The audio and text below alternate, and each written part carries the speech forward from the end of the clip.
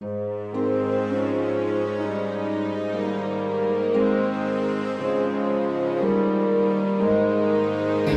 welcome to the Monday, February 23rd open meeting of the Plympton Board of Selectmen. We'll start briefly with some ground rules. Dale, you're going to be taking taking the minutes tonight. Yes, present.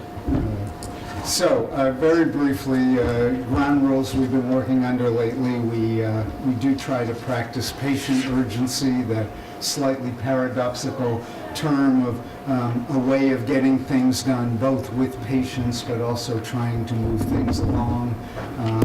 We are trying to be time conscious and make our comments as concise as possible so everyone has a chance that wants to speak. We do have a parking lot for issues that might come up that need attention, but maybe not immediately tonight, so that they don't get lost. We have lately been trying to lower the volume of the discourse to make Townhouse a somewhat more hospitable place for volunteers and staff. And we will start with just a moment of silence for contemplation or preparation, or even gratitude for the chance to do the work that we do.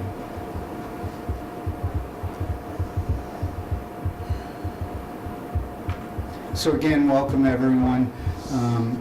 We are meeting with the Finance Committee at 6 p.m. I know they have an appointment at 6:30, so we will get to them momentarily. I will just remind my fellow selectmen, the Recreation Commission is coming in at 7 p.m. In between that stuff, we will we'll deal with other business and hopefully be on time. Are there any other agenda items other than the agenda that's been published that anyone is thinking of bringing before us tonight? Okay, so our opportunity to spend a little time with the Finance Committee. My understanding is they are at the beginning of the budget process, and we felt it would be a good idea for that committee and the Board of Selectmen to share their thoughts at the beginning of the process and hopefully stay in communication along the way. Well, I guess the best we can do is just kind of give a general. Can I ask you to speak up? We're leaving the fan on, or do we have the remote cordless? Not this time. Okay. What about that microphone? They could hold that if they came up there. Sit next to me, She'll speak louder. Then I'll tell you what, I'm going to turn off the heat for a while. It's kind of cold in here, but with the blower going, it's just impossible to hear.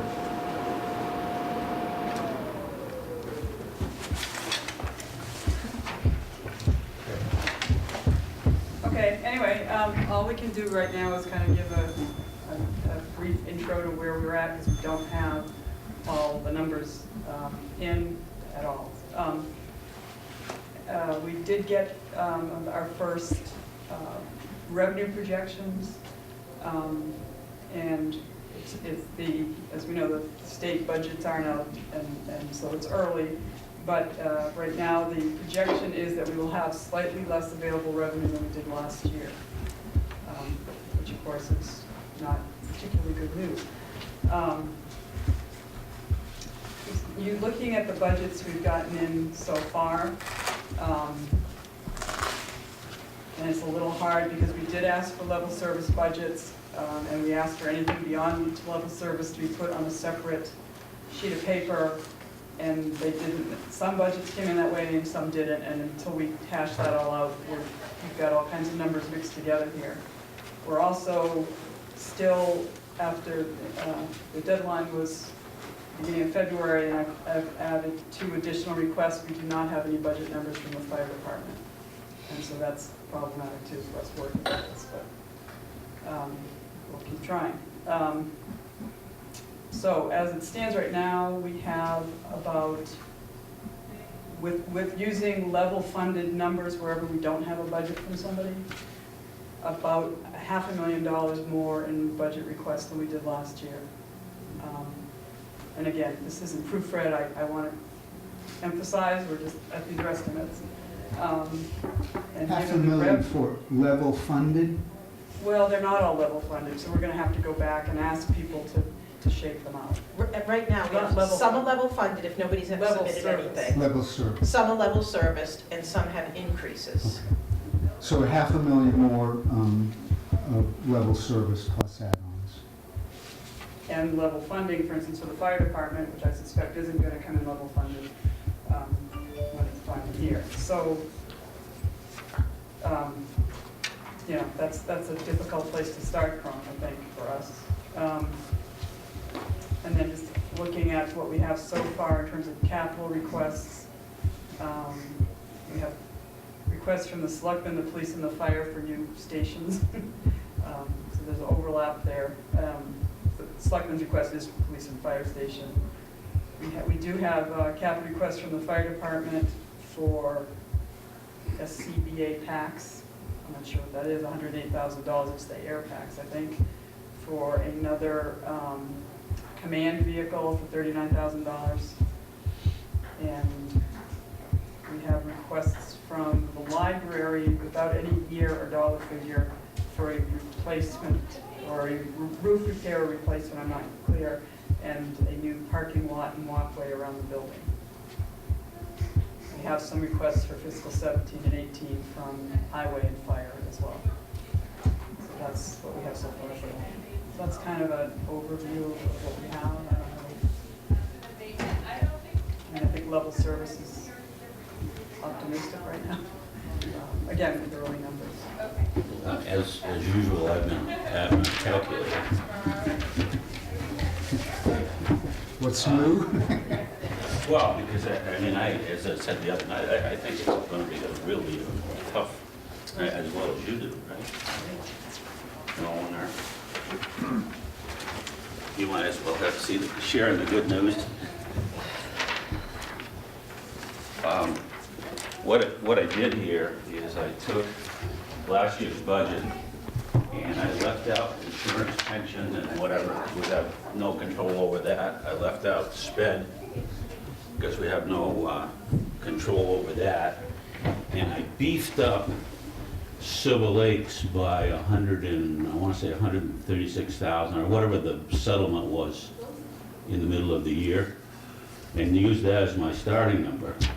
And then I went through and said, we're starting out the revenue shortfall at 290.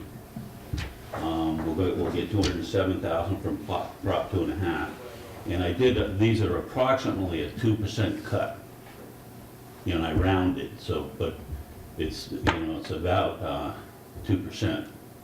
And then the bottom lines across line 16 is if we ask for a 3% cut, a 4% cut, and a 5% cut. That's what it would generate. Now, I did do another spreadsheet going through and trying to determine what is fixed cost, which we wouldn't be able to count on people being able to fund. It's a difficult process. But I think I'm thinking that a message should be sent that people need to look at last year's and figure out how they can reduce it. The other thing is we've got to figure out if there's a way that we can send them to save money this year. We still have 4 months to go. And if we, you know, I've got to talk to Barbara about it, but if we can save money this year, I mean, how can we use it to our advantage for next year? So the numbers at the bottom of the sheet, the 343 and the 222, what is that? Well, Is that the delta? No, that's just, there's things going in our favor are the 2.5, 207,000, the budget reductions, whatever the number is. So we got 343, and then we already know about the sped increase, and we know approximately what insurance and pension is. So we've got to overcome the 290 shortfall, plus the 222 that we already know about. Now, within this, and as an example, the police, I mean, in this, I think I've calculated they're going to have a $19,000 decrease, plus they're going to have to fund the contractual increases that they gave. So there's some, you know, the school is gonna have a huge hill to get over. The police are. But, I mean, that's where the money is. And again, it's nothing magic here, it's a starting point. And I think a message needs to come out of probably both the Board of Selectmen and the Finance Committee, that we're talking a cut. I think we do need to look, John, at what we can fund out of the capital purpose fund in this budget as well, which we do. Yeah, but you know, I looked at what we funded last year, Yeah. and I don't think it'll be much different than that. No, I don't either. No. Yeah, the warrant articles, I didn't play into this at all. Right, we don't even have them. Are you aware of any particular warrant articles that we might not know about yet, or is it too early? Not a money one. I mean, we know we've got the second payment to Kingston. We know we have the fire truck payments. I'm sorry, so the bottom line here, if we did by your calculations, if we did a 2% reduction across all the departments, we save 136,000, Yeah. and we're feeling that we are going to have to make up 222,000. No, we gotta make up over 600. And we know where we can get 222. No, I'm sorry, it's the other way around. It's 230 and 290. Okay, we've got to overcome those two numbers. And we've got 343 so far that we know we're gonna I have. think we'd be at a great starting point if right now we could actually get all of the departments, all of them, to give us a level serviced budget. So we could see where we stand with a level serviced budget, and we can look at the revenue, and we can look at the capital expenses. I mean, there's a lot involved in this, and it's way too early. These numbers, I mean, they're all theoretical type still numbers. I think if you can get to the departments that you're responsible for and tell them that we need to have those level serviced budgets, and we need a breakdown, including your budget, which was submitted without any breakdown, that we don't know if that's level serviced or not, because just some numbers were thrown at us. I think that's where we need to start, and it's probably not gonna, that's probably best case scenario. But I hate to be talking to reduction until we can see that, we can see a little bit better revenue numbers, and have a place to start. I feel like this is sort of starting in the middle. Well, but the reason is it's late now. We're at the end of February. And if we're gonna try and encourage people to save money this year instead of doing the June dump, we've got to figure out if there's a way that we can maneuver the money around. If we save last year we saved money. Yeah, no, I think that would be great. We could definitely, I mean, that's something we should do no matter what, because even level serviced budgets increase.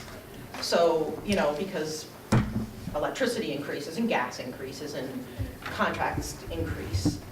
But I mean, we can't, as of right now, we send out Whose else are you exactly what we're missing? looking for, and we do not get, departments don't even give us back that little bit. Who are you, besides fire, who are you missing? That's the only, well, that's the only major department, the other ones are, We didn't get a level service budget from the assessors. oh, yeah, no, so we got a budget. We got a budget. And it's not broken out, so we can't see level service and what else Did they're it looking from for. police either, Yeah, or the police didn't give us library. level service, library didn't give us level service. So Do you- we'll go back. Do you think it's worth going through that exercise, or should you say right now, give us level funded? Yeah, I think what we asked for back in December was level service. We would like to at least get that, and then take a look at them, and then see where we're off. And as we meet with departments, we're gonna tell them that, what you're saying. But we would like to get back what we asked for. To start with. Sir? Could I ask a question? When is Cisco going to kick in? Come and go on.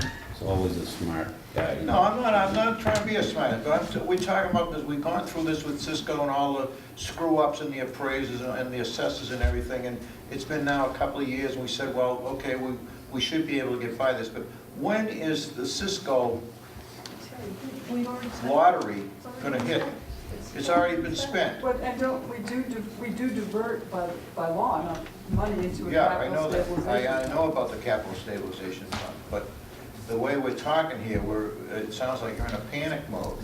I'm not. I I am. think we, I mean, I played with the numbers enough to, and, you know, barring something coming from the state or something, we're in deep trouble. And the thing is, Jack, is we once the stabilization money is subtracted from what we get from the industrial zone, if you will, Yeah. there's $1 million, give or take, left. And we spent that. Don't forget, the other thing too is that we didn't tax up to the levy limit last year. I'm trying to avoid that thought, although. I know, but that was kind of a shell game last year, especially looking at the way this year is. I mean, I can't see making huge cuts to departments if we're not at the levy limit. Well, I mean, you've got to answer to the taxpayers. I mean, we could take almost a 7% tax increase by going up to the levy limit. We didn't spend any last year, and we didn't spend, I don't know, 100 and some odd thousand the year before that. So you're right, there's another 300,000 that we can get from the taxpayers. The 6% is, I think it's about $300 on an average home. And that's not, we don't want to do that, but, I mean, that's what I mean, it's still really early. We need to get some numbers together, we need to look at the revenue, and we need to look at it every time we meet to see how it's changed. Hopefully Barbara will keep that updated for us. So you're feeling like the first bit of information you need is level service budget from everybody. How could we help you with that? I think we'll, we have liaisons to the departments. I mean, we'll contact them and ask if you could get the fire department to submit a budget. We've asked several times. I'm glad to speak with them. The easiest way to do that is say, if it's not here by next Monday, you're going in at level We funded. said that weeks ago. We sent it, anyone who hadn't submitted a budget, we put a note in their box that said that. Well, do it.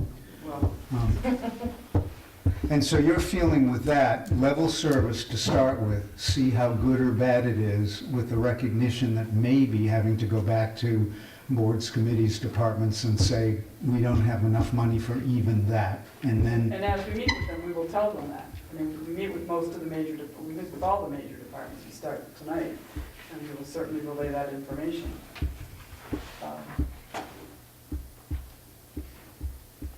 well, I think it's fair the Board of Selectmen feel like everybody needs to get to you the information you need, and you should have been there weeks ago, and certainly should be there now. Yeah, and I think if your budget was just submitted with just the name of the budget sheet and a number at the bottom. There's no breakdown of what the costs are or even what's included in that budget line, so. Those were level funded numbers. Those were level funded numbers. It's Level been service, you mean?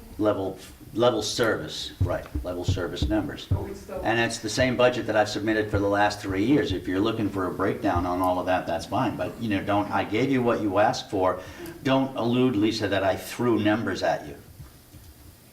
We did not get a breakdown, we always ask for a breakdown.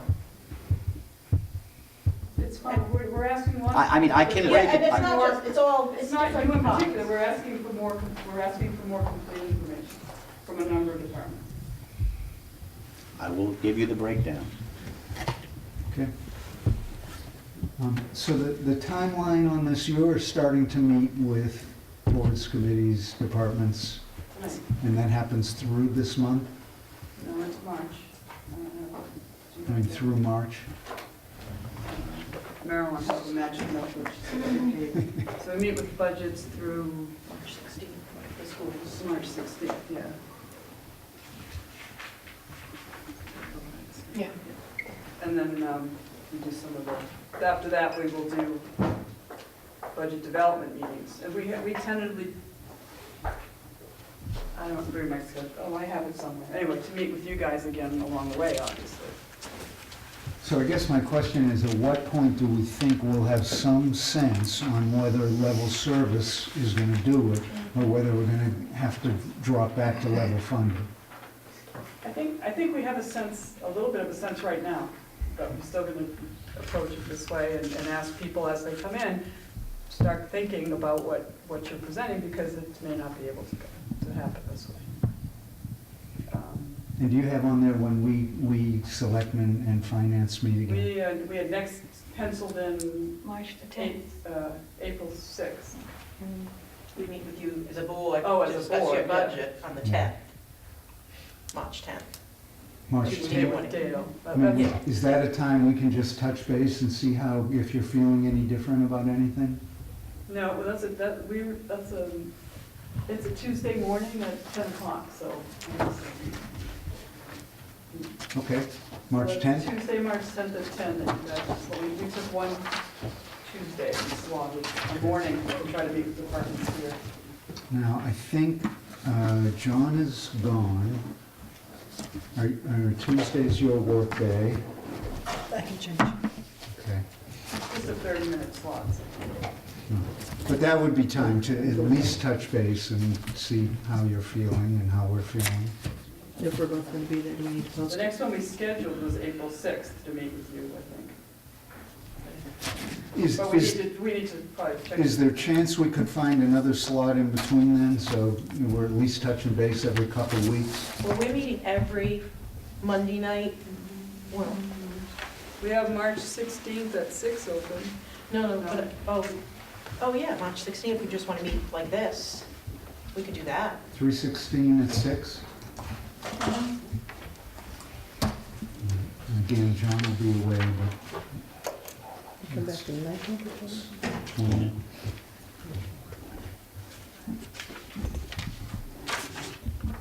We also, we could do March 30th, but that's kind of late too. Well, why don't we plan on the March 10th at 10 a.m. and Colleen and I will be available, and maybe if you could pencil this in for even a brief meeting on March 16th. We'll see where we're at, schedule the next one. John will be back the next week, and we could find something soon thereafter. And then March 16th, we could do it at 6 because we do have department head meetings after that. Okay. Okay, good. Everybody okay with that? I have a question about this. And then behind the- All the money that we're saving with the green lights, have we taken that into account at all? Time was that meeting? Again, in here, it's level funded, so if utilities, Go down? if they go down, then there's other things that pop up, you know, I mean, it's just, Okay. What was your question? What was that meeting, the time on that meeting on the 16th? On the 16th, it'll be 6 p.m., which is, Regular Monday night. Regular That's meeting. very- The 10th is 10 Okay. a.m. Okay. I gotta go pay some taxes to the town. At least it's paid hers too. thank you for all your efforts, Finance Thank Committee. you. Thank you. I'm going to recycle the second.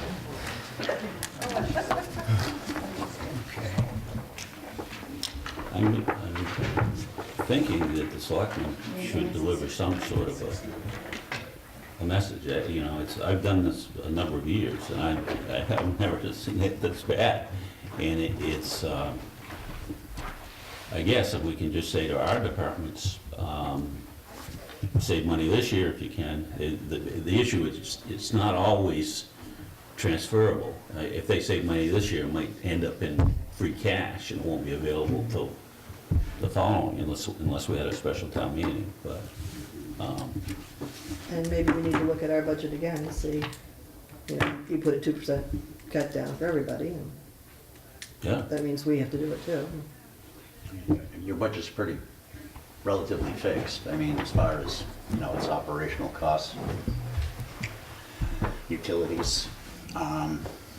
We probably will save some money this year on utilities again because of the upgrades that we did, particularly at Dennett, but even here. So there's probably be some savings there. But I think what you might want to, I mean, as we get closer to the end of the year, you may want to do some of these adjustments in a special town meeting, to be able to carry some money, to be able to put some money towards next year. Because if you don't appropriate it going in, then you'd have to do it in a special town meeting. You just couldn't, you know, spend additional money. But yeah, I mean, we do that every year, but there's not a huge ability to move from one fiscal year to the other. You can do it to the extent you Yeah, can. it's very difficult to do. I mean, the other alternative, which, and I don't know the exact number in free cash at this point, but it's, I mean, and, you know, it can be used to stabilize the budget in years when you know, in years like this year, where you get a particular hit that you can't, you know, you can't really adjust for, like a, you know, a increase in special ed, which is one of the things this year. It's a substantial increase. You can actually pay that down. But don't you have to, doesn't the stuff have to get certified and then you have a special? Yeah, but we have certified free cash from last year. I'm talking about the current certified free cash, not. Yeah, but I think you look at snow and all kinds of stuff. Yeah, You and know, that's gonna be substantial. That's gonna be substantial this year. And then you would, after your free cash was certified, which is what a great many towns do, is that they will hold a special town meeting in the fall after the tax rate is set and free cash is certified to, you know, to adjust budget line items for the following, for the current year. And, the one good thing in all that is the tax rate won't be done until sometime next fall, so it's you two that'll get the shot, not me. Isn't that the good news in this? Because, I mean, I can't see how we would go up and spend up to the levy limit. You know, it's a, do you? I mean, No, I mean, we could, and I think we'd have a revolt, and I think it isn't fair, but look, either you get services or you get lower taxes, or you cut services or you get lower taxes. And, my inclination right now is, and the reason I want to keep meeting with finance is to just stay on top of it, so we don't get to April 15th and see where we're at. I mean, I hear your concern, and I hear your concern, and I feel like just letting them go through their process and get a sense of where we're at. And we've been warned that maybe we're not even going to be at level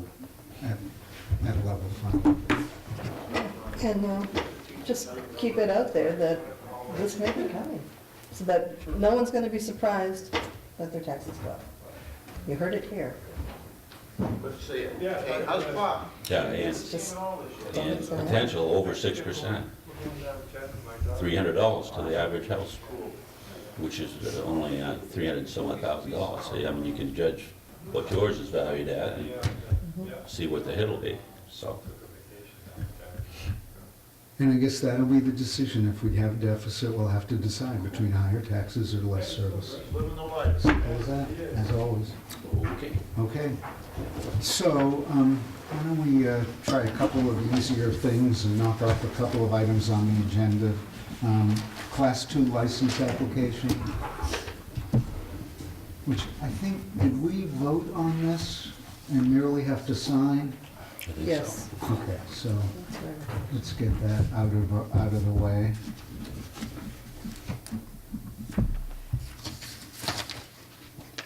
Do you know if Richard's coming? He said he might. I talked to him on Friday, and it was amazing, Okay. so. Because we can certainly move this up so you don't have to stay here all night. We'll get through a couple items, see if he comes. Okay.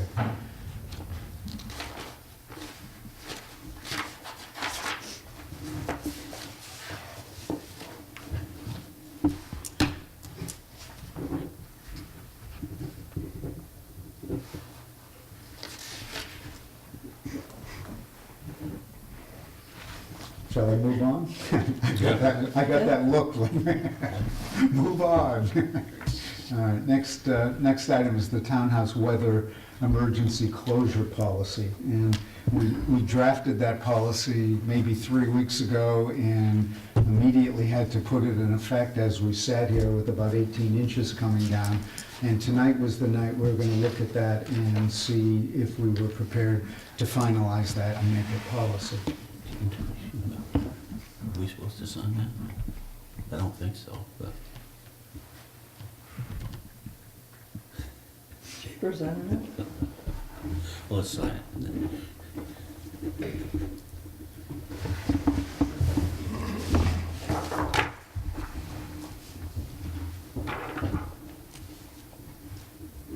So we'll get through the signature stuff so we're not multitasking too much here. And,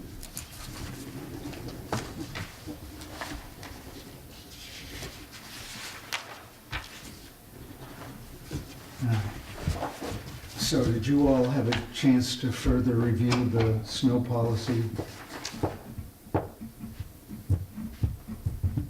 Any changes? No, the only thing is, it's the day after we temporarily put this in effect, I had several people ask that they be notified, or the department heads be notified by, 10 or 11 o'clock at night, because a lot of them actually, several of them actually leave home at 7 in the morning to get here. Or get here at 7, Barbara? and- Oh, some start Barbara working, Cullen, some. yeah, so they actually need to know the night before. And I think that's a little bit sticky, because so often, I mean, I think we can certainly try to know, let people know the night before, but so often we'll get these forecasts that say may turn to rain, may not turn to rain, and Well, some. you're up at 4. Well, I am. Send an email at 4. And I do find, that in the private sector, we're often having to decide at 4 in the morning. The other problem with that is the way we've written this is the decision's really made by the town emergency team. And then really the last piece that I would stress is we added a sentence here that says that really it would take a pretty severe snowstorm for us to close down. So I'm not sure about the notification. I'm not sure how to do that. Because I think in general, people should expect the townhouse is going to be open unless it's really a severe situation. And I think all we can do is if the emergency management team in consultation, it's mainly them, in consultation with the chair of the Board of Selectmen or a designee, that we do our best to let people know as quickly as possible. Businesses typically have ocean spray. The VP of Human Resources made the decision, and they made a call to a radio station. And that was the end of the, So you have a team has to meet to discuss, and then, because I think that's where the sticking point is. I mean, if you're at 11 o'clock at night, you're gonna have Yeah, the they police meet by chief and the phone. fire chief, and I don't know who else on the team. I mean, do you want to have it such that the team could designate someone to make the decision? I know that it's a chair of the board of selectmen or a designee, but do you want to add that flexibility that the team could designate one person to make that choice if it's a storm that you have that issue? Otherwise, I mean, at a certain point, you stick your head out, it's ridiculous, and it's all done. You don't need it.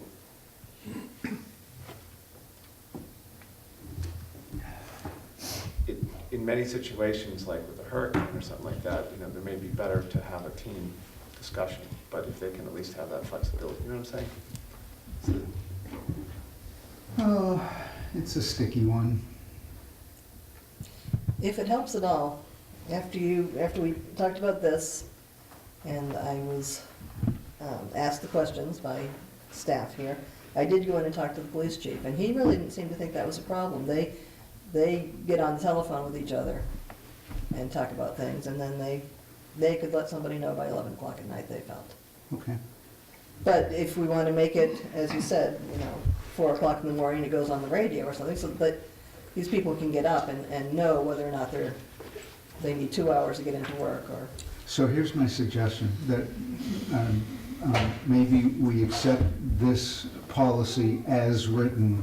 What we leave in the unwritten part, I think it is written in here that we'd let people know as quickly as we could. I'll speak to the fire chief and the police chief and see about refining the notification process. So I make a motion that this emergency closure document become our policy. I'll speak to the emergency management team about as quick notification as possible. second? All those in favor? Aye. Okay. That one's done.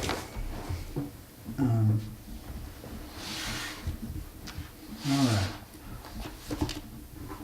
So I guess maybe this is a good point to mention that there is an opening on the Finance Committee right now, that town elections are coming up, and there are many positions that have openings, and many positions where nomination papers haven't been taken out. And so for those in town that have interest in any of these, this is the time to give it consideration. Service in town government can sometimes be a little bit challenging, but also can be very rewarding, and especially for those that really adore this town and adore how things are done, or adore how they'd like to have things done. This is just a golden opportunity for people to serve. So I think nomination papers are accepted, I believe, until March 30th. And I think any of the selectmen are more than glad to speak to people about what might be involved in any of these positions, and please pass the word. Either of you want to say anything in that regard? The other thing that people can do is attend a meeting, Yeah. you know, and see what goes on, and if it sounds interesting. All right, so another agenda item was the Board of Selectmen budget request for fiscal year 2016. I think we've covered that. Dale, you're going to pass on a little bit more detail to the Finance Committee. So why don't we spend a minute on a special town meeting and the amended fiscal year 15 Silver Lake budget, if there's anything we have to discuss about how things went last Friday night. You have any comments, John? No, I mean, I think that it was the proper result. And people came out, I mean, have 90-some odd people to a special town meeting, and particularly with the weather and the parking and all that stuff, it was very good. I think that, and I did talk to Maureen after, and to John Tuffy somewhat too.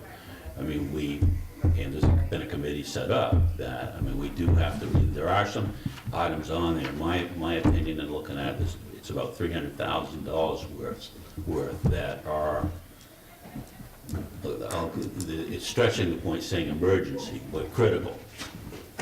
Typically, this fund is used for emergency things. A little different this year because of the way it's going to be reimbursed, you know, right away. So they're looking at it a little bit differently. But I myself could agree to about 300, you know, resurfacing the tennis court and the track.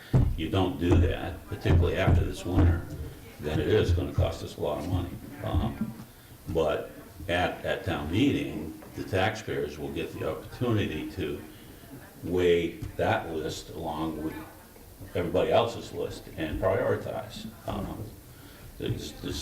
You know, it's not going to be a lot of money hanging around to do capital items, except the money that is from Pembroke. So, I mean, this is a good time really to look at that. It's one-time money.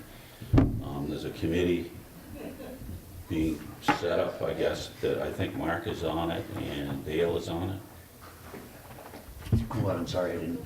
The new committee that, the revenue subcommittee that's been set up. It's news to me. Oh. And I'm glad to serve on it. Well, you're meeting at 5 PM Thursday. Oh, yeah, I'm going to that meeting. That's, Oh, that's what that's that's the called. meeting, right? And so, read in your Selectmen's manual what E and D is and what, because the agenda, they're gonna review the Pembroke settlement, that's great. Yes. They're gonna review the costs associated with the settlement, and it's still unclear to me.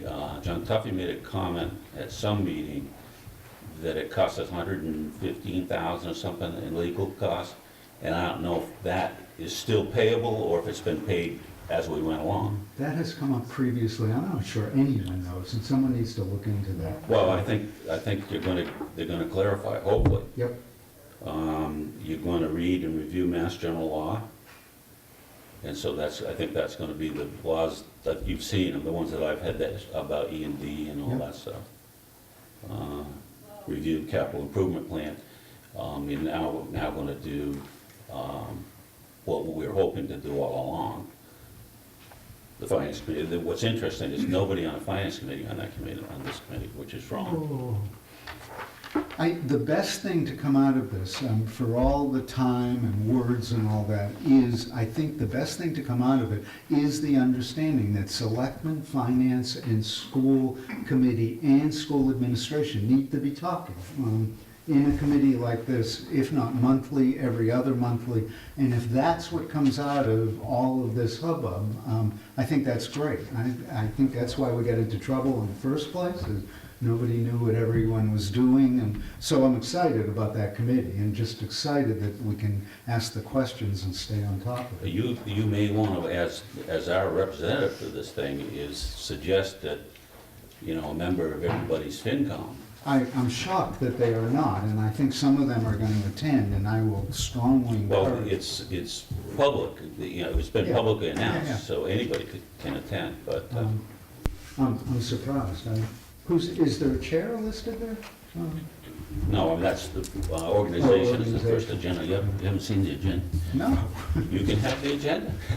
Okay, that's how I'll spend Thursday. I think the meeting Friday night also made it clear that the boards of selectmen, the FinComs, we're all in favor of spending for education, for taking care of these things that need to be done before they get out of hand, but that the process was just wrong.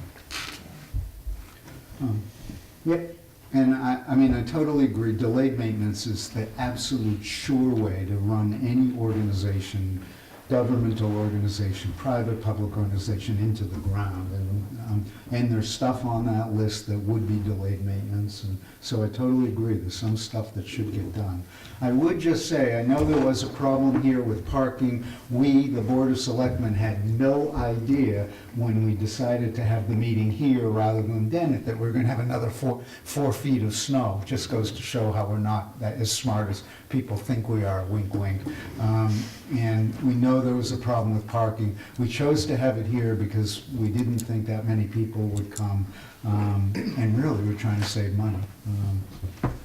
So that extra 4 feet of snow gave us some problems. I do want to make special thanks to Tara, the town clerk, who came back from vacation and got this all organized. Town moderator that, as usual, did a wonderful job, and a really very civil and productive special town meeting. It's just one other thing to mention on the normal Silver Lake school committee meeting on this Thursday, 6 PM. Under new business, the agenda items: review open meeting law complaint filed with regard to school committee vote on amended 2014-2015 budget on January 8th. That's the 6 PM meeting this Thursday? Yeah, that's the same Thursday night at 6 PM. And I'll attend that as well. If your ears burn a little, or Oh, you're no, coming to that. chances are I'm gonna be at that too. Yeah. I have a meeting here at 5:30, but if I can get over afterwards. Yeah, because I'm not sure, it's a moot point now, but I do think they should just respond to the complaint and acknowledge that, and they have gone to their own counsel. They mentioned that at the last meeting, so they'll probably have back whatever he says about the thing. But That's it. So, why don't we go to, I might as well keep going down the list. So, the next agenda item is filming and broadcasting meetings of town boards, committees, and commissions.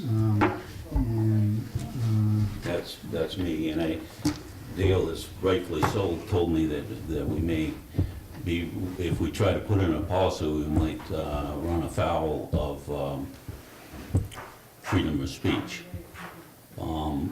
It's just, I guess, a word of caution that people are on this bashing site. You know, you're, Just do this one. yeah, all right, so. I'm doing the wrong one? Yeah, that's fine, you started that, might as well drop down to that one. This agenda item is use of public media such as Facebook by appointed and elected town officials to discuss town business, which you asked to be put on the agenda. Yeah. And so I guess there's nothing that we can do about it. I just think that people should be cautious what they put on there, particularly if they're speaking for a board, or they think they're speaking for a board, or they're speaking about a board, or if they're giving legal opinions. Just, World Wide Web, The problem there is the freedom of speech on one side, on the other side is open meeting law issues. Yep. Us commenting, and another reading and then commenting, the serial communication is perceived by the Attorney General as an open meeting law violation. Exactly. It is frustrating because sometimes there's stuff on there that hurtful or dead wrong, but I totally agree. I think public officials have to be incredibly careful. It should just stay off. Yeah. It's angering, and I learned a long time ago, I stay off from the thing. I still get people that sends that crap to me, but, I can't stop that, but just be careful. I do know both from the school committee as well as the historical commission, we have had discussions there about being very careful not to serial post, because you could do it very inadvertently, have two members from the same committee offering even a very basic comment, and you're right there. I mean, because it is not, the electronic part of the open meeting laws is not forgiven.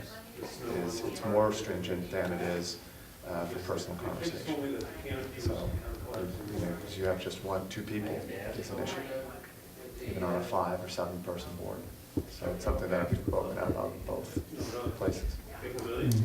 So are you thinking it's worth more than this discussion, a letter to boards and committees? Or? No, I hope, hopefully people are smart enough to stay off those things, but, when you then get on them on your personal things, you get in snow shovelers and whatever else that goes on, but you shouldn't air your town government issues on there. Yep. Okay. All right, so slightly relatedly is the filming and broadcasting of the meetings of town boards, committees, and commissions, which I think also was yours, John. I think that might have been the thing you and Dale were discussing about using a computer to record meetings and then put it on the internet. We'd like to find an economical way to have every meeting recorded, as a lot of towns do. Dale has done some preliminary research, and we think we probably could get it done. If you look at the money that ultimately Comcast is going to pay us if we ever sign a contract, there's a piece of it that is not coming from taxing the subscribers. It's actually coming out of Comcast's pocket. The capital. Right, well, it's capital, plus there's also a little, remember the 0.5% or something that's in the formula. It is Yeah, 1/4% maybe. there's a few bucks there, and that could very well be enough to go that route. In other words, do stuff on the internet as opposed to on Comcast. And what this leads into is the article that gets written for the town meeting. And I think that the article that I drafted is probably at least one of the articles that needs to be done at town meeting. And basically, that's just accepting a certain law. And what that will do is that will allow the money from Comcast to go into this account. And then annually, it will be appropriated out. Or in the case if we were doing it in-house, we were putting it on the internet instead of Comcast, we would just pay for it out of that account. And the monies in that account can only be used for, For pay, yeah. But they can't be specifically used just for Comcast. I mean, and that's kind of where Mark and I have been going back and forth a little bit here. I mean, I want to set up so it's general enough so the taxpayers can decide if they want the selectmen to enter into a contract and tax the subscribers, or if they want to do it in-house in a different fashion. Now, there's a lot of issues with that in that, you know, I don't know where all the Comcast equipment is and what the split would be between Plympton and Halifax. I mean, that would all have to be sorted out. Hopefully, there's enough equipment there where we could do the internet piece of it. But I don't know the answer to that. So there's a lot of, you know, all of us have got to do a lot of scrambling. And I don't know if the latest stuff from Alana, you know, at one point said that we, the other two towns wouldn't go along having to rely on an annual appropriation every year. So I don't know how your feeling is on that now, but. Well, I'm not sure about that, and I think we're in the midst of it. I don't think, and I'm gonna let Karen speak to this in just a moment, that we can come close with the $8,000 or $10,000 of the money that you said to do what you described. As you know, I'm working with Alana now, and we're going back and forth on articles, and she sent something this afternoon. I don't know if you saw that yet. Yeah. It takes me a day or two to get through the clauses and semicolons to see what that Well, means. this is an opinion. This is not suggested warrant articles or anything. This is an opinion, her opinion. It is, yeah, it's her opinion commenting on the language of the warrant article that she proposed. No, it's her opinion saying that the money has to be appropriated. I mean, that's the argument you and I had with the DOR and stuff, and she's basically agreed with the DOR. It has to be appropriate. And I mean, where I stand right now is I still fully, completely want to recommend to town meeting that we accept the Comcast license renewal, that we join the Tri-Town. I think the move along the way over time is going to be more and more meetings, not only broadcast on Comcast, but also broadcast on the internet as well. I mean, I think this gets more and more complicated and gets deep into some philosophical arguments. I still feel like the surest way to continue to get this stuff broadcast, and by far to do so the least expensively, is the way we've put forth with the license renewal and joining the Tri-Town.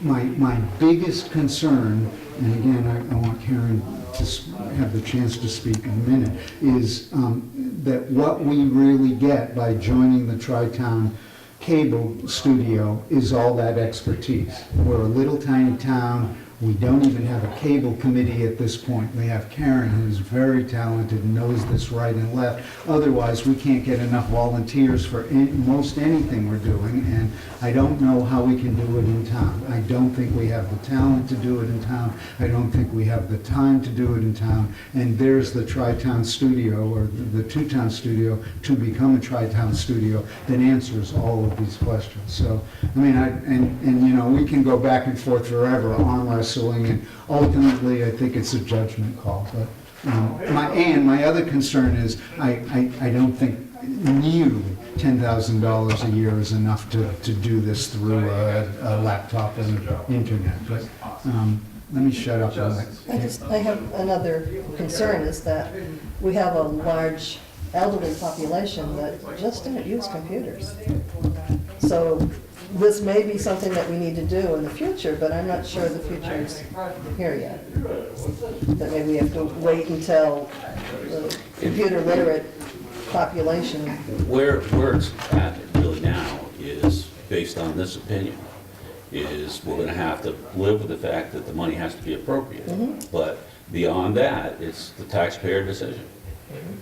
You know, they can vote to tax the subscribers, or they can vote to, they could even fund it. I mean, I think what we're ending up on is you have a particular vision, there is the other particular vision, and we just have to craft this into town meeting articles that we can make understandable what the choices are to town meeting, and then it'll be up to them. I think it's going to be hard to get the articles the way we want them, but make a clear choice. But we'll just keep working on it. We got a couple months. You haven't agreed yet with the fact that it's gonna have to be appropriated every year, even under this opinion? It is not the way the vast majorities of towns in this state are doing it. Okay.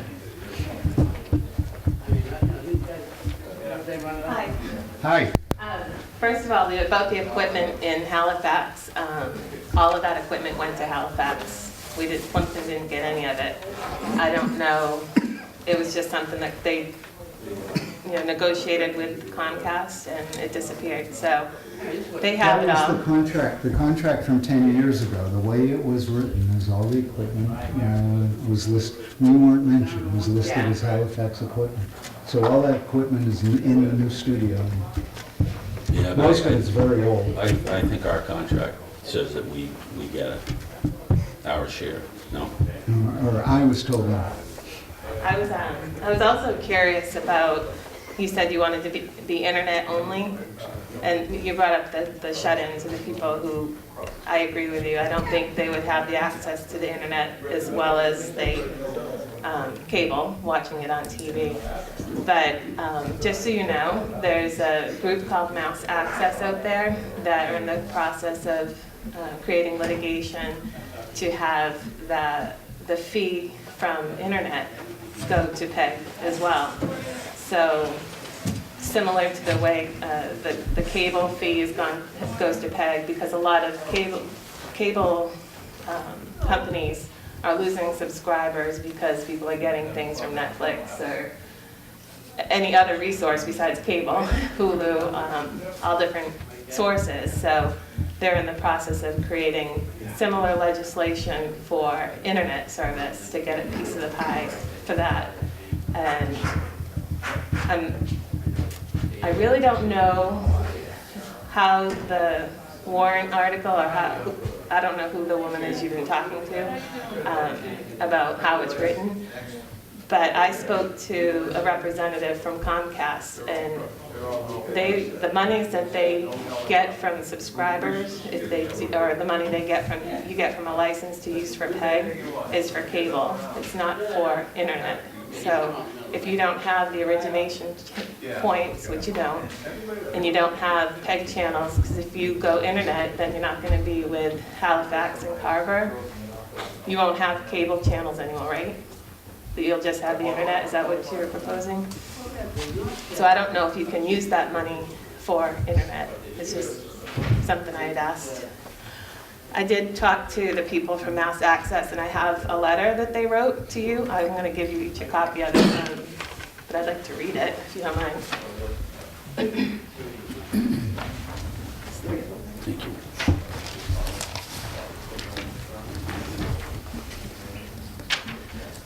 So it says, Dear Selectmen, Mass Access is a nonprofit organization serving and supporting local community media centers across Massachusetts.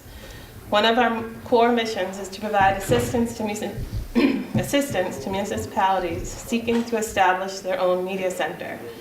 We have been made aware of the challenge facing the town of Plympton and would like to offer our support. And I didn't tell them I initiated it, but they say the plan initiated by Karen Foy of your Cable Advisory Board to create a fund for franchise fees and to join a local origination station already running in Halifax and Carver. Community media has grown exponentially in the last 15 years as advancements in technology have exploded and the need for a more local form of media has increased. No longer is the media center an afterthought for a few high school students or tech-savvy adults. We are community and cultural centers. We are institutions of learning, and we continue to be a place where every resident can be heard. While internet technology has also greatly advanced, the internet cannot offer the personal service, the commitment to local government, and the support of local nonprofits that a flourishing community media center can offer. Community media provides a digital documentation of the history of the cities and towns it serves, its traditions, its artistic impressions, and its people. We strongly urge you consider establishing a community media in Plympton, and we are happy to help you get started in any way we can. Please feel free to contact the Mass Access Board of Directors with any questions or concerns. And that was Bill Ney, who's the president of Mass Access Board of Directors. So, I mean, I'm just standing up again saying that PEG Access is more than just covering meetings. It becomes a community center. And I know Halifax and Carver have started to create their new studio, which is in the Cornerstones Plaza.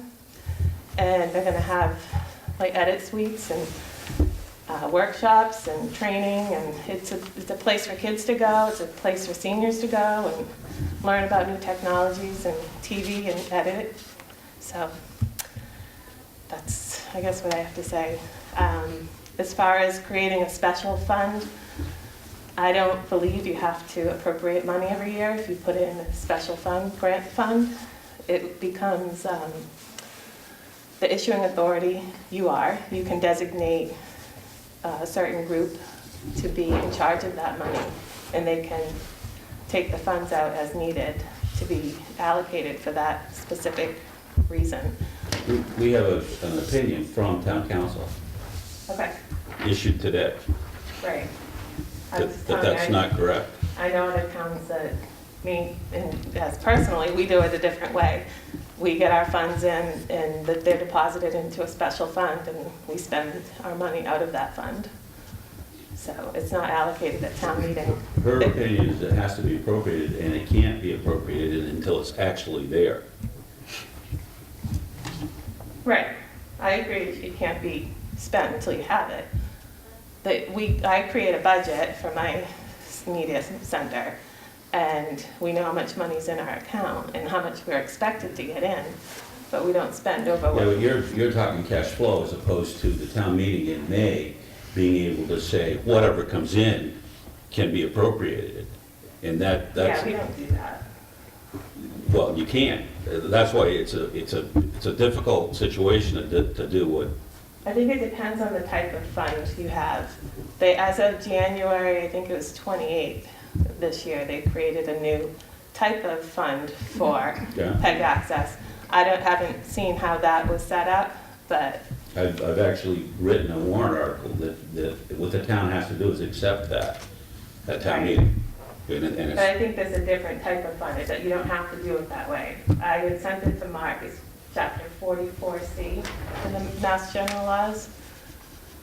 So it's just my opinion. And I think your attorney should look at all of the different options, not just, he's asked her to, okay. and that's what she's done.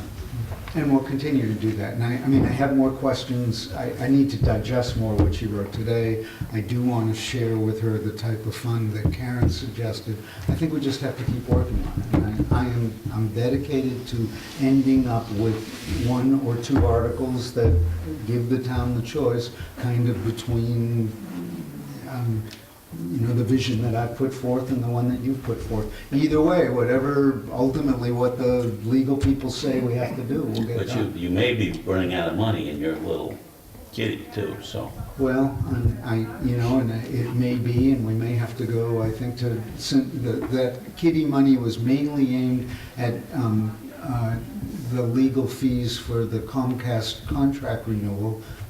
I wouldn't have a problem just hitting our town council line to get further information. I'm not sure that's your decision. Well, I'm glad to make a motion that if we run out of money in the other kitty, that we continue to work toward the articles that we need to give the town a choice.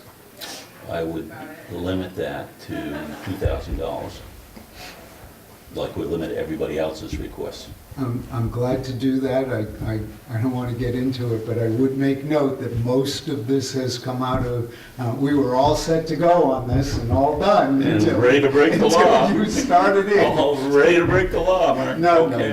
not And break the stick it law. to the taxpayers. Oh, just the reverse. In fact, Oh, we're there the you one go. that wants the taxpayer to pay for it rather than the subscribers. But let's not fight. So you got the limit of 2,000 in that motion? All right, I make a motion that if we need to use town council line for additional work on the town meeting article, that we limit it to $2,000. And that if we exceed that, we will have another discussion about sending more money. Did you understand the motion? Yes, but the town meeting article for Circumventing the PEG, law. for PEG Yes. only. Okay, second. All those in favor? Aye. Aye. That's a good one. You create a problem and then you limit the amount of money we can spend to solve it? I don't know what you don't understand about Massachusetts general law, but town council, I know how much I don't understand about Massachusetts general law. Look, she rendered an opinion, which Yeah. of course is the nature of the dynamic of dealing with all this. Look, Well, we'll keep working on it, and I'm committed that you're gonna get, something on the town meeting floor that gives the taxpayers the chance to do it your way. And I'm committed that we're gonna get something on the floor that lets us do it the way 99% of the communities in town do it. okay. Okay? I just have a question. Could you also find out from Comcast if the rule, it was an opinion from somebody at Comcast about using any monies that go into their license renewal to be used for internet only? The examples, I think it was an email that you had sent me about the town of Douglas. Was it Douglas that you had referred to that put their meetings on the web? They also have PEG channels. They have, even though they're municipally run, they've got their cable committee members that are kind of like their board of directors that run it. But they do have cable channels as well as internet. Most of them have both. See, And I it's all appreciate- contractual though, it's all what gets negotiated from Comcast. Because we Right. still don't have a contract, Oh, I know, so. but it's a cable license. And if they don't have the funds used for cable, it just makes no sense to me.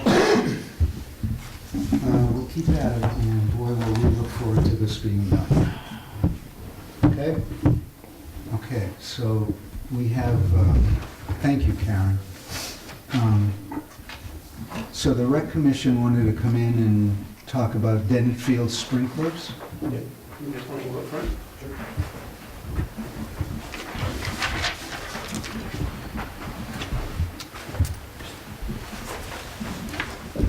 Good evening. Good day. 10 years ago, currently the Recreation Commission is responsible for the maintenance and costs of the Dennett Elementary School sprinklers to water the soccer field and the softball field. 10 years ago, the building principal at that time asked the Recreation Commission if we wouldn't mind taking over responsibility of it. Previous to our responsibility, the school was handling the maintenance costs. At the time, it seemed like a good idea, and we agreed to it as a committee. The costs for the sprinklers are startup, winterization, and any repairs.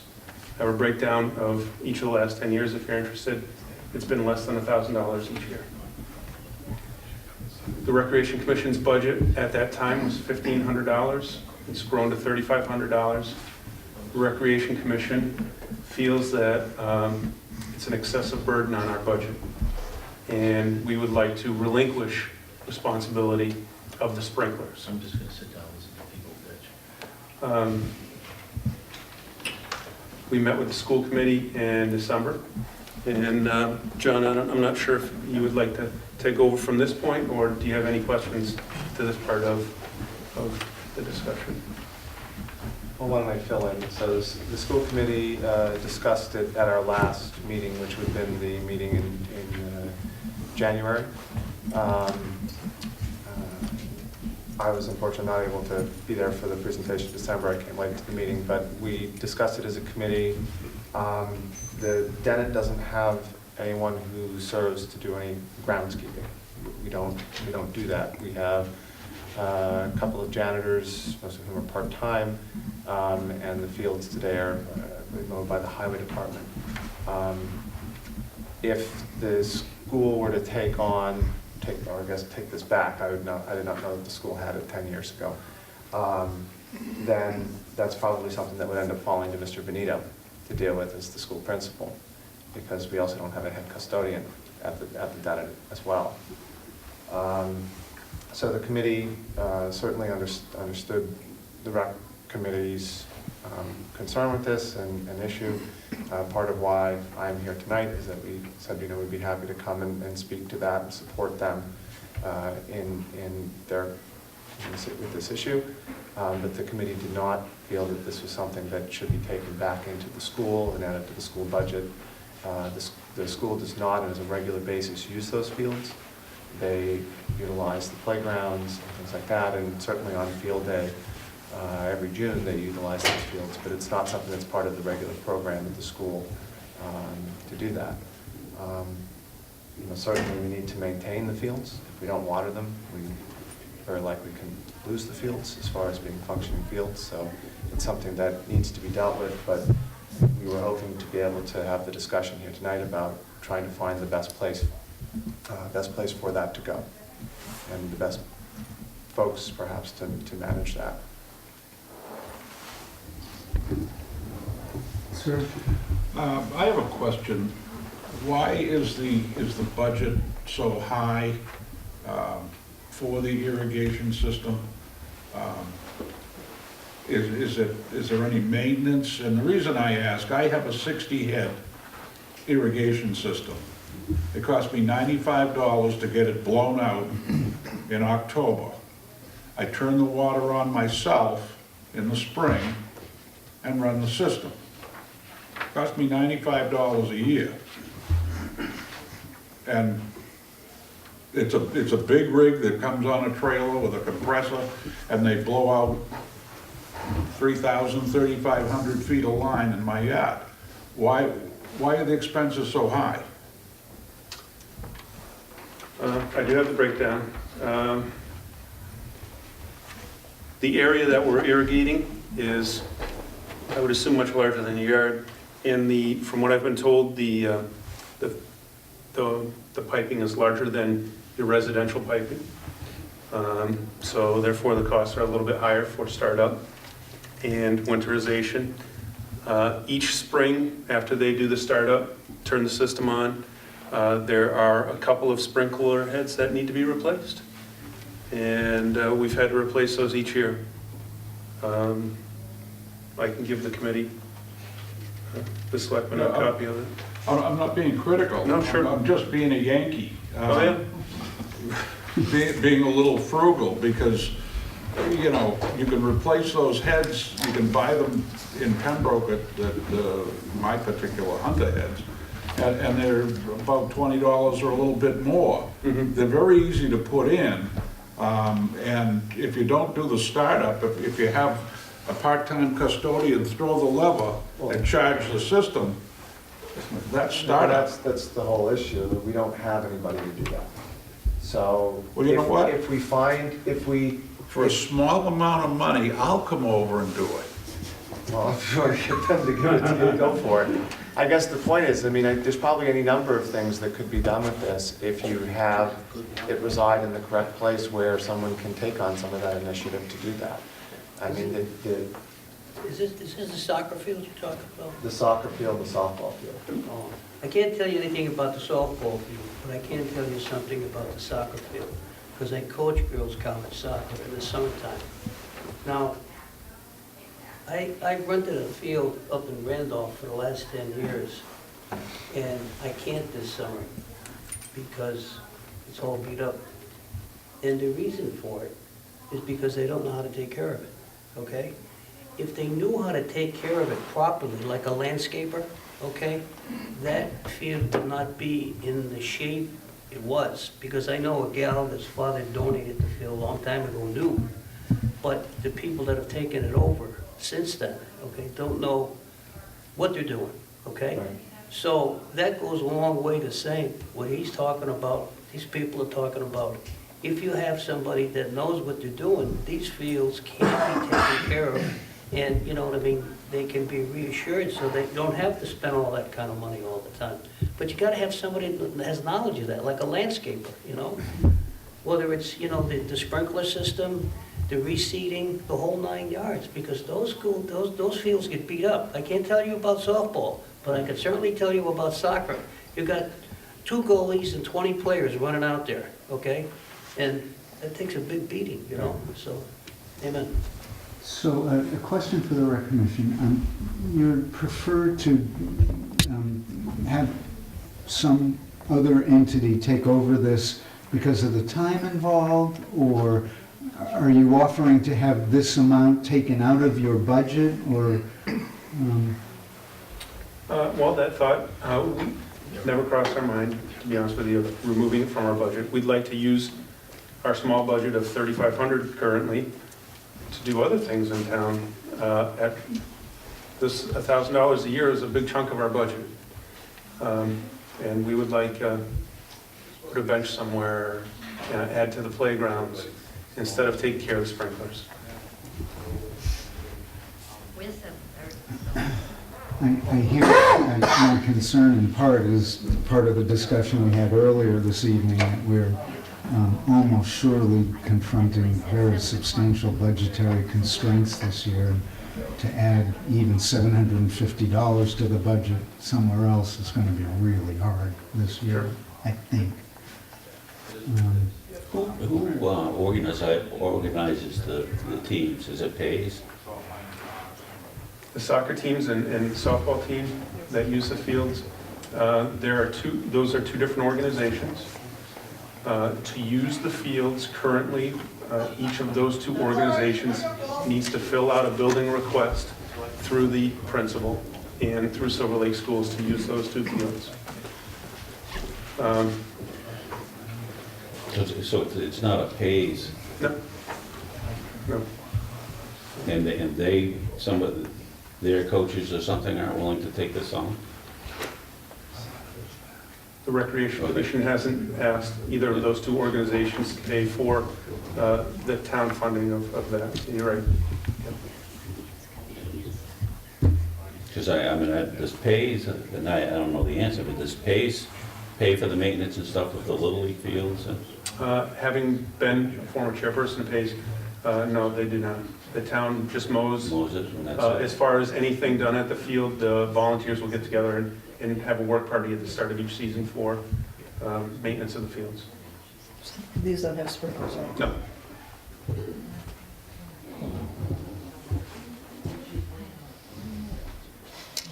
Thoughts?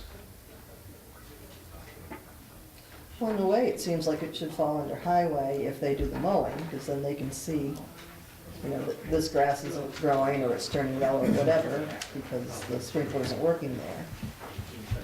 But I don't see how you can do that without taking, you know, from your budget and giving it to them, so it's funded.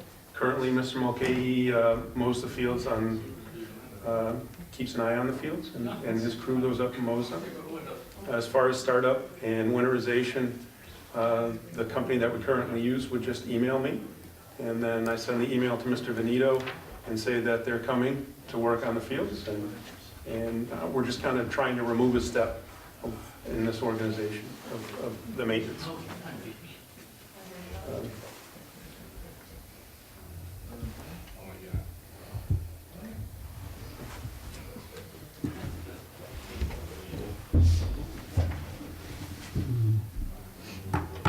I hear you, Karen.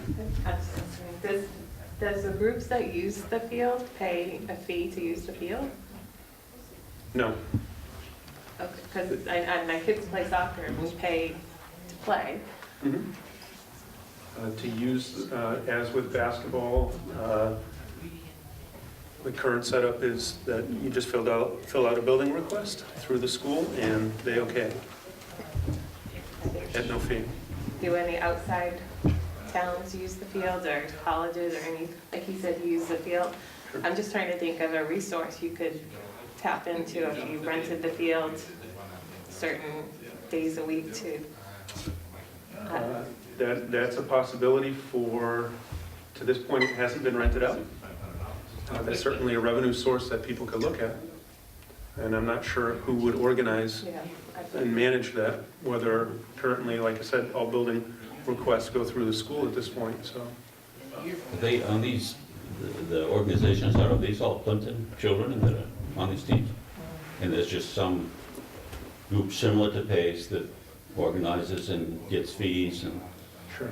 And they, what do they do, pay coaches and? They pay for their uniforms, and I'm assuming any referees they have to pay for the games. The referee is the most expensive part of soccer. But Yeah, well, currently only town players use the field. There is the option, and there's this whole phenomenon of sports specialization in club soccer, in which children, families pay thousands of dollars to have their children involved in this, that could rent out fields if towns were interested in doing that. But then it goes, they don't care not to. it adds, Yeah. and part of the reason why the Dennett Elementary School soccer field looks so well is that it doesn't get as much usage as other playing areas. So people come to the Dennett to play soccer, and they marvel at our field. And it's well maintained. But the usage is quite low as well.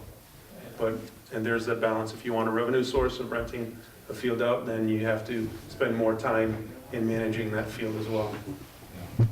As far as seed and sod and fertilize perhaps. Aren't they redoing fields over at Kingston Intermediate that have been kind of torn up in a big project apparently? But Yes. it's being done by, CPC. not by the school, yeah. Yeah, there's a CPC warrant article for the spring coming up for the town of Kingston to redo over the soccer fields at Kingston Intermediate School, in which they would regrade it, put sod down, not even seed it. Halifax did that last year, the year before, and did it some street. How much is So, Any other bright ideas? so, yeah, I mean, I hear the two pieces that you guys would prefer not to work on it. I think the other piece is, I doubt very much there's going to be money to increase anybody else's budget this year to take care of it. I think maybe we just need to think about this a little and just take it under advisement. I certainly hear your concerns and struggle to see if there's any way that we can fulfill any of your concerns. yeah. For the RecCom, $1,000 is, some years it's $1,000. Other years, it can be as few as $260. And there's been a few years in which no sprinkler heads have needed to be replaced. I think maybe 3 or 4 years, there were no sprinkler heads that needed replacement. So it varies from year to year, and there's no knowing what that will be until we turn the breaker on and have the landscaper come in and turn the water and run a test on the system. Okay, we'll sit with it a while and see if we're able to do any of that. Okay. Appreciate you guys coming in, and appreciate your efforts for the town. Thank you. Excellent.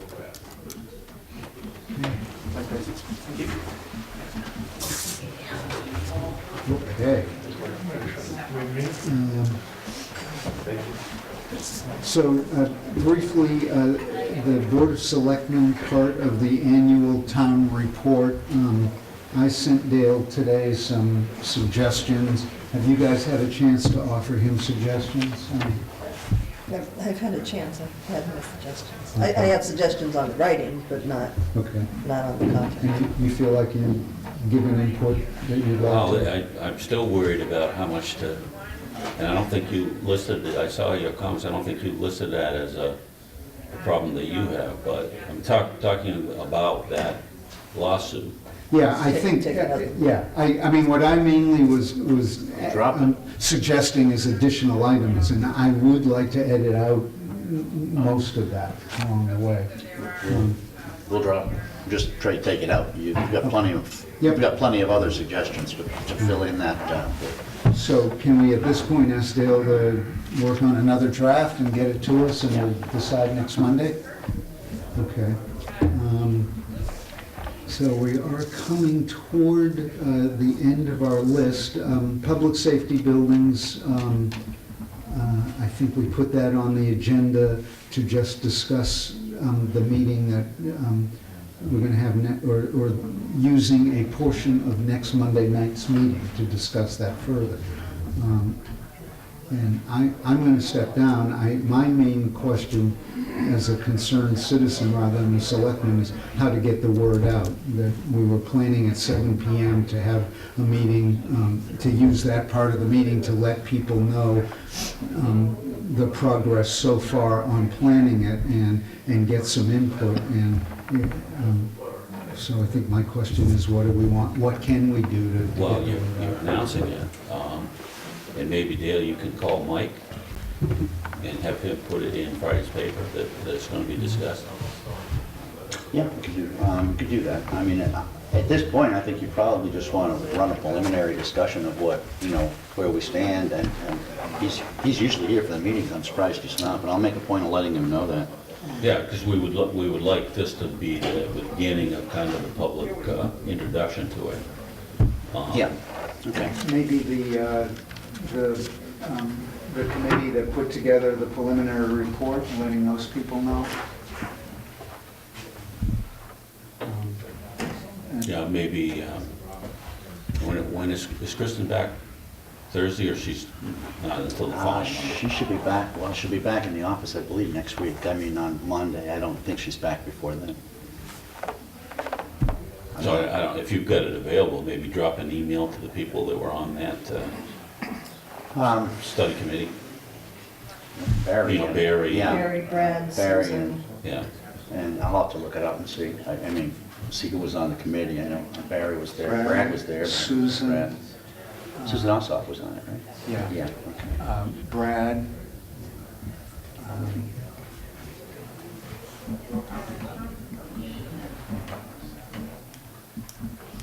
Jim Mulcahy, was he on it? Anyway, I mean, there's got to be a list here. So just notify, I'll notify Mike and notify the members that it's just a general preliminary discussion of what's going on with the buildings. Should have, hopefully have some more definitive information at that point. We've notified John Wilhelmsen by having him here at the meeting. I'll talk to him. As a fellow concerned citizen, I'll talk to him. John, part of the reason to have this is to get you engaged on it somewhat, because I know you're going to have concerns on what it's going to look like. One of the things we're looking at is putting it right here. And so, I mean, if you're available, come. Because we think we could make this thing look any way that you would like it to look within reason, with some sort of a facade or something.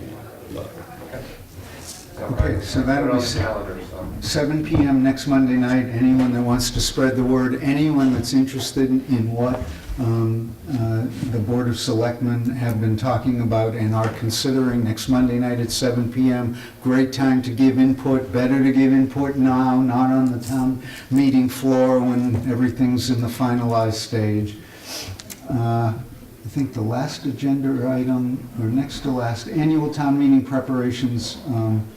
including preparing town warrants. Anything we have to talk about tonight? I think we want to open the warrants, both the annual and the special. Yep. So I move we open.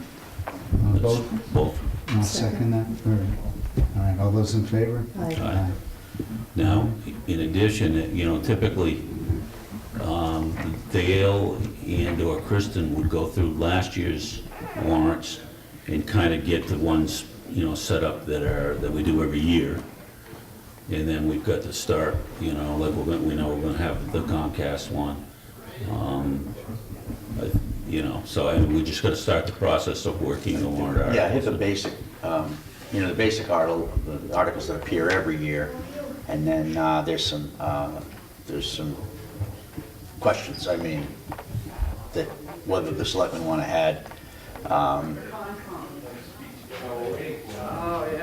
whether they want to fund the OPEB article again this year. Did you want to take any action on the Silver Lake stabilization account that the town meeting voted on last year? And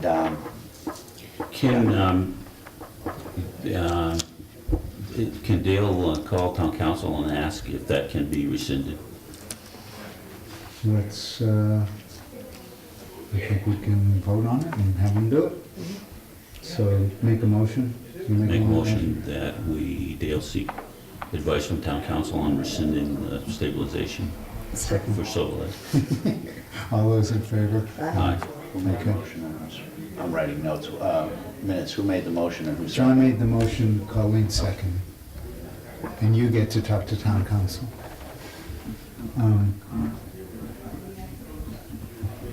So actually, that it kind of works into the schedule, the Board of Selectmen meeting schedule, and we want to be very cognizant of working around your schedule so we get maximum. So we know that we're going to meet next Monday night, and then the next two Mondays, the 9th and 16th, you're away. We certainly are going to want to have meetings the 23rd and the 30th as we finish up on the warrant. So it looks like maybe, Colleen, we could choose between the 9th and 16th rather than meet both. It doesn't matter to me. Didn't you just sign up for on the 16th? Oh, yeah. Meeting with the FinCom. FinCom, so that makes sense. Perfect. All right, so we'll skip the 9th, otherwise we'll be weekly. Thank you, John. All right, so the Board of Selectmen schedule for the month of March is every Monday except for 9th. And almost surely we'll be meeting every Monday in April, Every Monday except except the 9th. 9th. 9th. Okay. Okay. Anything else on town meeting preparations? Okay. We should plot all kinds of things to do while John's away. Have fun. Every margarita I have, I'll be thinking about you guys. It'd be a sad vacation. Solar ongoing projects, I don't think there's anything new. I do want to acknowledge that the solar bylaw revision committee has sent off to planning board, have you? Yes, we worked diligently, rewrote the bylaw, hopefully protecting landowners' rights and abutters' rights, and it's in the hands of the planning board right now. We do have another meeting scheduled for this Thursday at 5:30 to answer any questions they or you may have. And then everybody's gonna, Dale, you're gonna help them too, to make sure that we get a public hearing organized and stuff. Yeah, that's a zoning bylaw. They'll need to set up a public hearing for that. We gotta monitor it, It's because gonna go to, right. Well, as soon as they're done, as long as they stamp it, then it'll go to council, and then, I did speak with the chair, and he told me that they were going to look at it tonight. So I'll follow up on it. So it will be their public hearing. Planning board's public hearing. or if they say no, then, we'll have to hold, somebody else will have to hold. We gotta make sure it doesn't fall through the cracks here. right. It's got to, and the notifications have to go out. you know, we have to notify the abutting towns, planning boards, plus there's an abutters list that, well, it's actually not really an abutters list in this case because it's a town-wide bylaw. And I will check with her, I'm not even sure that we necessarily have to have, it's a zoning bylaw though, so. It's gotta have a hearing, it's a zoning bylaw. Okay. All right, you'll keep a close eye on that, we're making sure we're having a hearing along the way.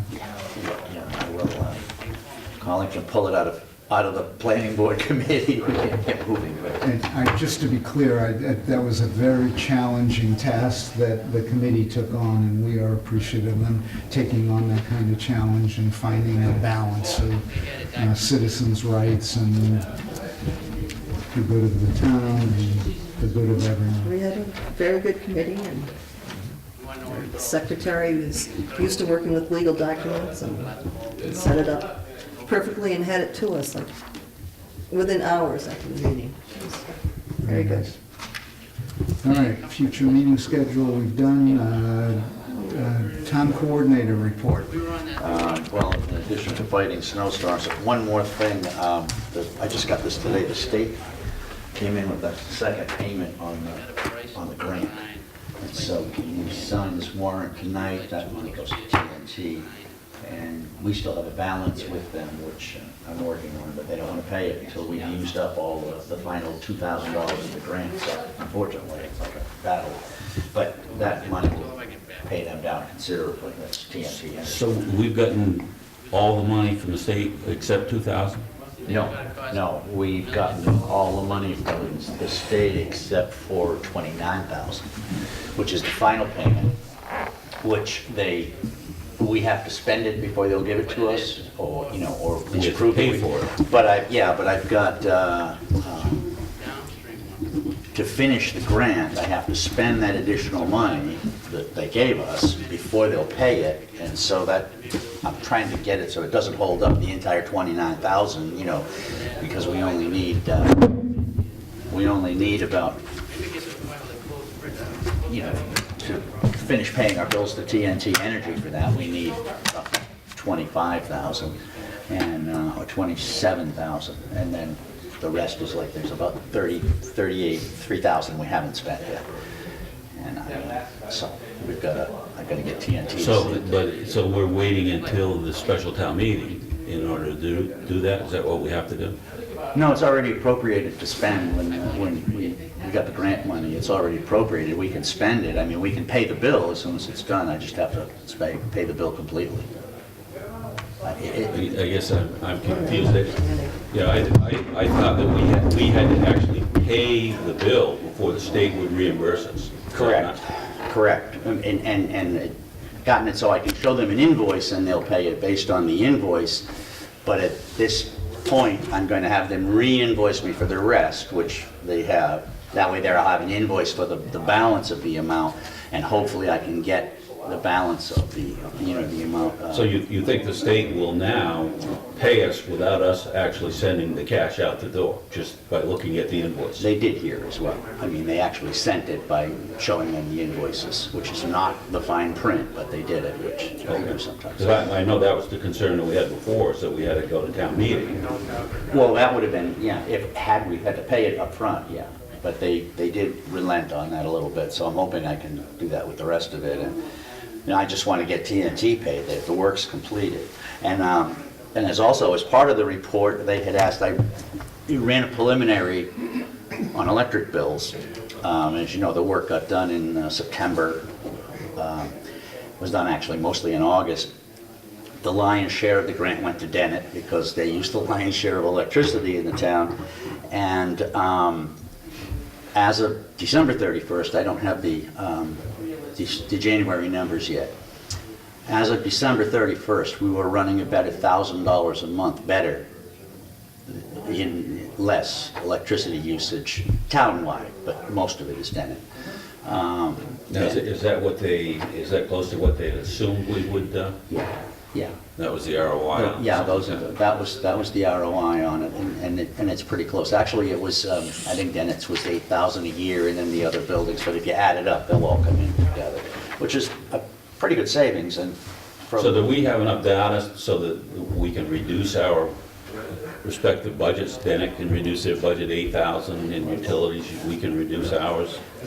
Yeah, we will have, I mean, at the end of this year, we should have. I mean, the situation, But shouldn't we, because I think the schools have to, I think the cost of electricity's gone up because the contracts ran out and they had to redo them.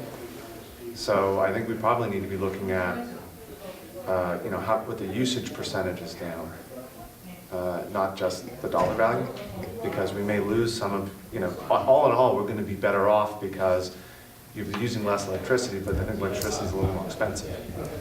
So I know they're looking at that right now. as of the December 31st numbers, both went down, the cost and the usage. Now, I don't know, I'll have to check with them to find out when that increase clicks in. When I was speaking with John Tuffy on the contract, though, I know it's changed and it's gone up somewhat, but it hasn't, we'll see what. Just something to think about. Yeah, yeah. It'll be reduced, but I don't know by. And that's, I think it was great timing, because I think otherwise, especially given everything else that's gone on with being a very cold winter as well, you know, it's great timing to be able to capture that. Yeah, and it's working out. It's working out very well. I was quite pleased with the result of that. But that's the preliminary on that. Anything else? Not right now, not for me. Okay. Correspondence. I John? just wanted to make one comment. I don't know if you'd heard about the issue they had up at the Dennett end of last week with the sprinkler pipe breaking, and the fact that I walked in there today to go to the school committee meeting, having forgotten about the email that I got about that, and there is no evidence whatsoever that anything had happened up there. Great, very much to the credit of the fire department and to the custodian who was able to come up and help out. But I think it was estimated that some 2,000 gallons of water would come down through that ceiling. 2,000 or 200,000? 2,000. Warren, I think Warren told me 200,000. 200, I heard 2,000. yeah, Okay. 200,000. Yeah. The whole, we'd all be one big ice. But the point is even 20 gallons can do damage, so 2,000 gallons and them getting on that very quickly and responding. And the sprinkler pipe froze? Is that what we think, or? Yeah, I'm not fully sure on that. I just thought it was worth, I mean, we mentioned it in the school committee meeting, but I think it's also worth just a shout out to. It was in the vestibule and much less heat there in the But throat. really, you know, what a great response to be able to, literally, there's no evidence whatsoever. Happened to be the same day, there was something like 4 car accident on 44 and a rollover. They had a busy holiday that day. I mean, it's a good point, and we should bring it up and thank all of our public safety people. I mean, our roads are immaculate. They're unbelievable. I mean, really. It's, I mean, thank you, all the public safety people, Jim and his crew, and the police chief and his crew. We've weathered these storms in very good shape. It's almost dangerous because you drive on a Plympton Street, right, and you say, geez, this is okay, right, and then you go into Carver and you say, oh my God, I'm gonna turn around and go home, you know, so. Anyway, great job. You should give equal time there. It's not only going into Carver, it's Middleborough and Halifax. Anywhere out of Plympton is really not that. That's true. Even going into Kingston, I was in another neighboring town today that doesn't look nearly as well. Thank you. This is a letter from the chief of police. He is pleased to announce, or to advise the Board of Selectmen that he has ordered the deployment of nasal naloxone,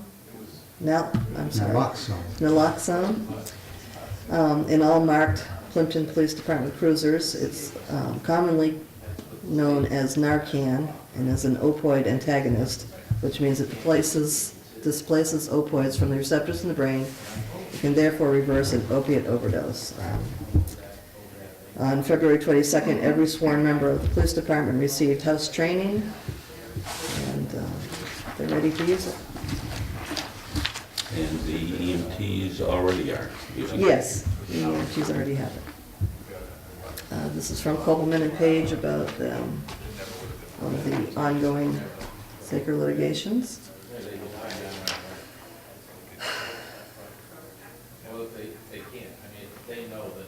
This is from MT Environmental Restoration. It's about the, they've completed a down gradient property status opinion for the Route 44 development property in Carver. There's information regarding information available regarding the suspected source of groundwater contamination, and it's available on the Mass DEP website. It lists, I made a copy to look up. This is a notice of filing on one of the Saker litigations. This is from Massachusetts Municipal Association, from the our insurance, that portions of the litigation is not covered by our insurance. This is a notification of abutters under the Massachusetts Wetlands Protection Act. The name of applicant is Plympton Maple Street LLC. This is the group home, I think. They're requesting. It's all over and done with. It's this, okay. Our mail dates back a couple of weeks because of our. Yeah, that was about a Concom. Yeah. Again, this is from the Highway Department saying we've used up our snow budget, and we've already dealt with that. You say you're gonna look it up. Can you come back and just tell us exactly where that is? Mm-hmm. Yeah. Make sure I have a copy of I that. don't know if that's, almost sounds like it's, Tractor Supply. Oh, Isn't there? no, I don't know. I assumed this was that, Is it the new one? yeah, that's what I was assuming, but. But there's nothing there. Yeah, it would just, we should know where it is and, Yeah. and see it, make sure that all the neighbors in Plympton are aware of it. Mhm. Okay. Northeast Utilities are going to be doing some side pruning and selective removal. There's a map that shows the right-of-way that they'll be working on. South Shore Community Action Council requests to be placed on the agenda for an upcoming selectmen's meeting. To have representatives come and talk to us. If you want to deal with it now or deal with it at some future time. This is complaint data from Comcast.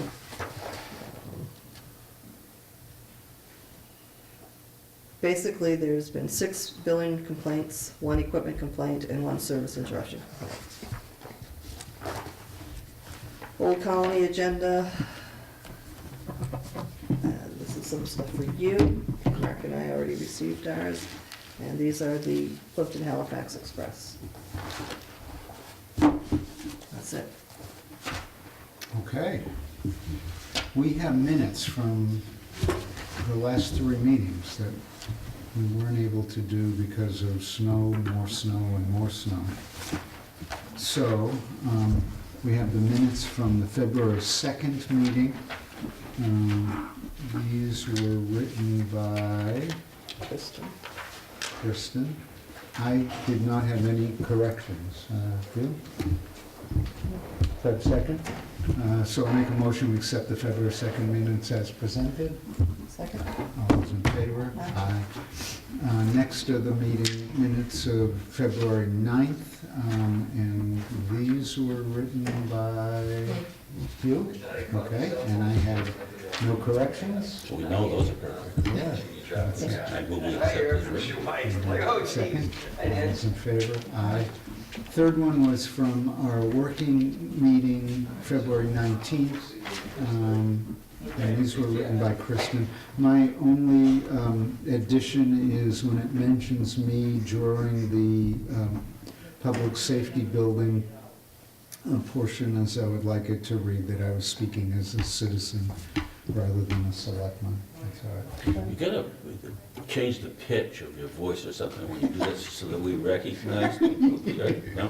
Well, I'll certainly sound like I'm making sense in one of them, but you'll have to figure out which one that is.